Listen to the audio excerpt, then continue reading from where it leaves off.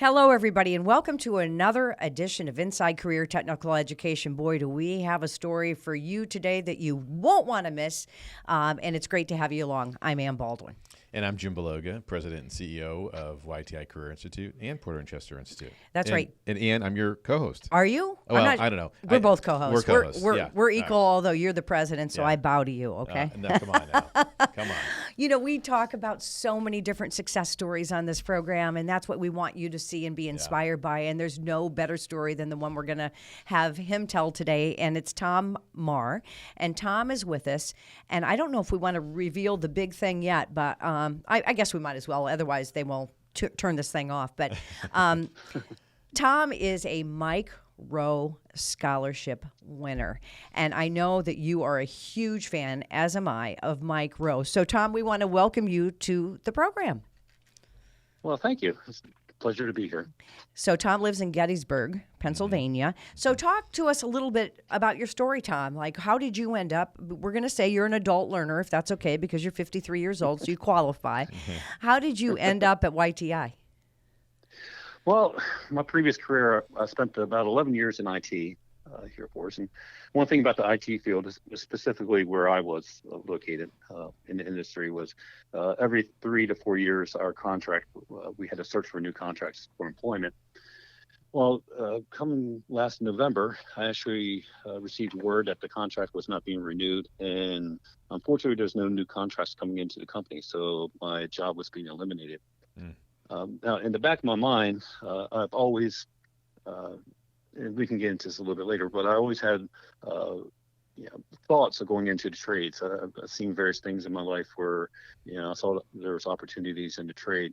But this news last November exacerbated that decision. So I was like, hey, let's take advantage of it because there are opportunities out there. So you pursued, open up everyone. Right. So you pursued HVACR. So, Jim, tell us. We're going to test Jim right now. What does that stand for? Heating, ventilation, air conditioning, and refrigeration. That's right. They just added the R, so I get thrown off a little bit. Yeah. So that's what you went with. And it's got to be a little scary. I know I've kind of gone through this in my career path, too. When here you are, you've got kids, you've got a wife, here you're the breadwinner, and boom, you're out of a job. So how did you decide that HVACR was for you? Well, number one, I was looking for job security. Like I said, every 3 years I was looking for a new contract. But with HVAC and R,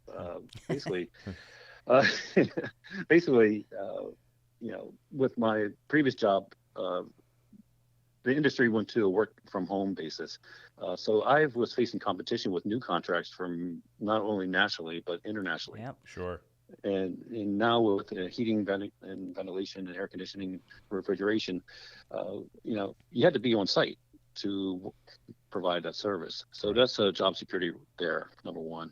Also, there's tons of opportunities in the trades. One thing that really sparked my interest was a few years ago. I went to a friend's cabin. He lives on the waterfront. And we were driving around the campground where his cabin is, and I saw this really, really nice boat next to a really nice camper. And I said, man, they must have like tons of money. What do they do? Oh, they're friends of mine. They're in HVAC. I was like, what? you would never really think about that. And then we drove down the street, and there was another camper. And I said, well, what does that guy do? HVAC. I was like, There's a trend here. It's funny that you say that, because I always drive by these mansions and I want to knock on their door and say, excuse me, what do you do for a living? So there you go. Right. You had evidence that HVAC is paying off. So now let's talk a little bit about the scholarship. What did you have to go through? You were telling me when we spoke before that it was a lot of work to apply for this Mike Rowe scholarship. Right. Well, the scholarship is actually called the Mike Rowe Works Scholarship. And to apply for it, number one, you have to enroll in an approved program, which YTI is. You have to sign something called a SWET pledge.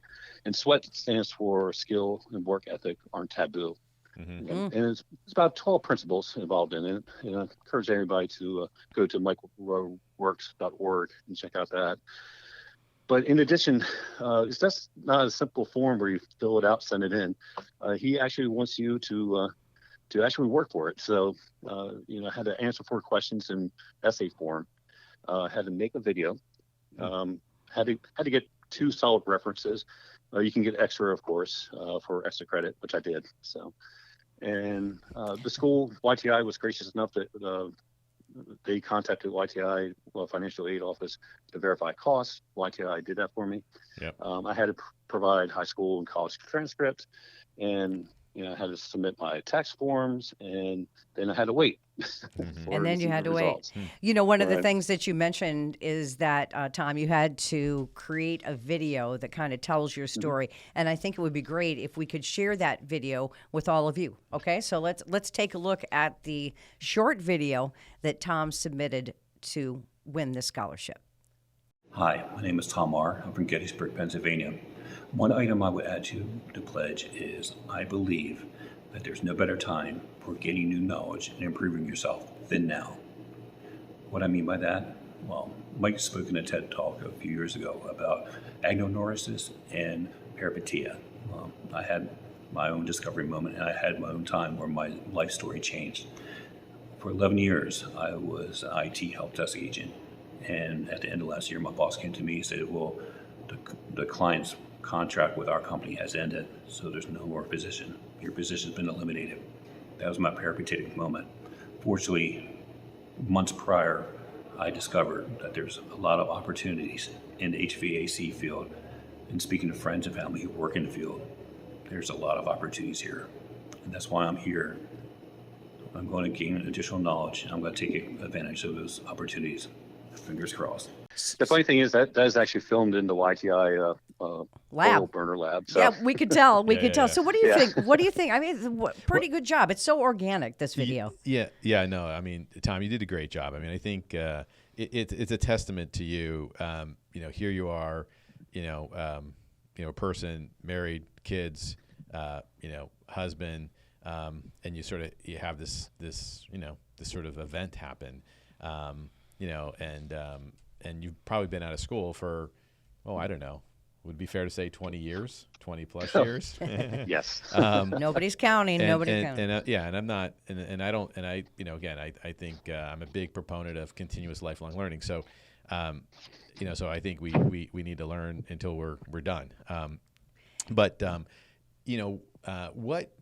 mean, I guess as you sort of had your epiphany, visiting your friend's lake house, I mean, how did you find HVAC and, in terms of your search, just for our viewers to understand? Because again, we have had other folks like yourself who, through mid-career have decided that, their job has either been terminated or eliminated or outsourced or whatever.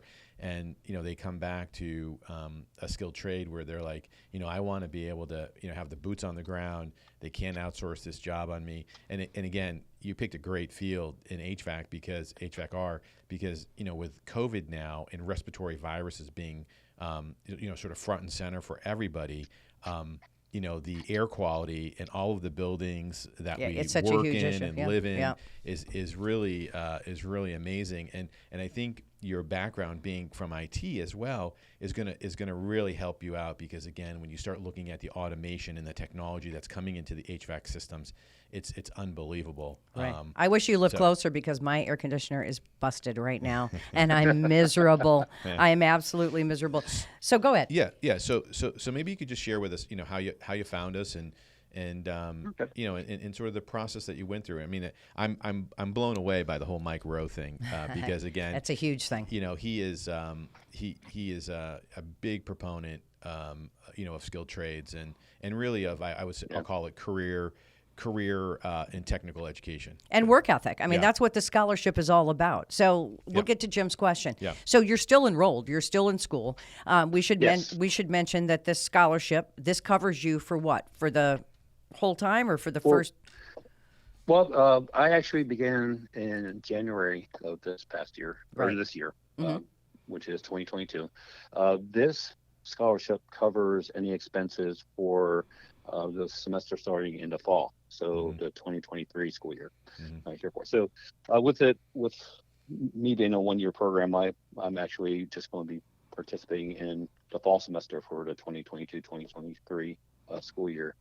So they did provide a $12,500 scholarship for that, which is a I entered it and did all the work, expecting maybe if I did win 500 to 2,000. And I got that.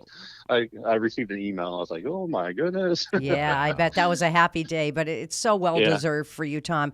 So, what are your goals after graduation? You've still got some time left, but what are your plans in HVAC-R? Well, the one thing in this is something I'll always embody, and it's also part of the sweat pledge is it's basically what I want to do is when I come out, I want to attain a position within HVAC company. I want to spend a few years building a strong foundation of the industry out in the field. I'm receiving a great technical knowledge right now, but there's a lot of nuances out there that you only experience when you're face to face with a customer, for example. Right. And once I get that experience, I would like to break off into become my own HVAC company. And then my long-term goal is Listen to always this one. to get. Listen to this and one. My long-term goal is to actually, once everything's going well with the business, is actually to get back to the community and become a teacher within the HVAC and help the new students coming along and helping them out. So. Wow, Tom. That's a great plan. I mean, it's again, it's. I have to say, I mean, every time Ann and I interview folks who are associated with the school, it just I get goosebumps when folks either share their story about where they've been and where they're at now, and listening to your story about where you're at and what you've been through, and just the positive vibe that I get from you, and to listen to you about your future. I mean, I hope our viewers and listeners really appreciate. I think how much work you've really had to put into this, and not only the physical work, and but also the thought, of laying out your future. I think it says a lot about you as a person, and I'm super excited that you're part of our community. Oh, I'm glad you can't see blushing over the phone. So. Well, Tom, the other thing is important for the folks watching this podcast is, this old saying, it takes a village. And when you and I spoke earlier, you're talking about the support that you've gotten from your wife, who supported you in letting you take on this dream and get this education. And, that's what else it takes. It takes folks around you to encourage you, to push you in the right direction. And so you're so fortunate there, too. Oh, yeah. I do have to say one thing about something happened last night after class. Even the support from the teaching, or the teachers at YTI. After class, now it's close to 9 o'clock, and I still had a few questions, but the teachers stayed there for me and stayed after while all the other students were gone and answered all my questions. And, I would find it hard to be able to tap into 40 plus years of experience like that. They come from the industry, they spent years in industry. Yeah. And just that additional resource, I just found like, it's been so helpful. So I and thank you for sharing that, because I think our faculty do I'm very grateful for all of them, and very grateful for the faculty in the HVAC-R program in the York campus, and because again I've learned myself a tremendous amount of information from the HVAC faculty members. I've learned a lot from the electrical, the plumbing, because again we have all these programs at various campuses, and and I would just simply say that my hat goes off to them. I'm very grateful for their commitment to the future workforce of this country, and it's really a testament to their wanting to give back to their craft, their trade, and being able to make the difference in your life, so that you can then turn around and pay that forward and make the difference in somebody else's life down the road. That's right. And also hats off to Career Services, because that's how we found you. That's how we found you. That's how we found you, Tom. So, what an inspirational story. Again, congratulations on the Mike Rowe Scholarship. Yeah. And you said, the competition was really, really rough for that. What were you telling me? It was how many out of how many got scholarships? I'm not sure how many applied. Okay. I do know 250 recipients nationwide were granted money in some form. That's right. And he's However, all about, go ahead. Yeah, and also I did hear in the past he has a podcast of his own. I believe it's called The Way I Heard It. And I've heard him mention there that he's surprised at how many people start the process of applying but never finish because it's so much to do. So and that's that says something. If you really want something, I guess teaches you to really work for it. So well, and I think that goes to the basic tenet of Mike Rowe. I mean, in that he talks about his granddad, as he says, and how he really instilled, that sort of sweat pledge that he's behind in terms of just putting in the work and really being committed to something. And I truly appreciate everything that Mike Rowe does to shine a light on the skilled trades, because it's not a day that goes by where I don't get a phone call from an employer in a local community. And again, we have campuses in 12 communities in 3 states, and then we have the extension of our online programs. And a day does not go by where an employer reaches out and says, "Hey, we need folks." Yesterday I was getting my oil changed, and I went and talked to the service manager, and he said, "Hey, I need a couple of automotive technicians. Who do you have? We can start right now." And I would just simply say that what folks need to understand is that these are viable career paths for folks. I look at you.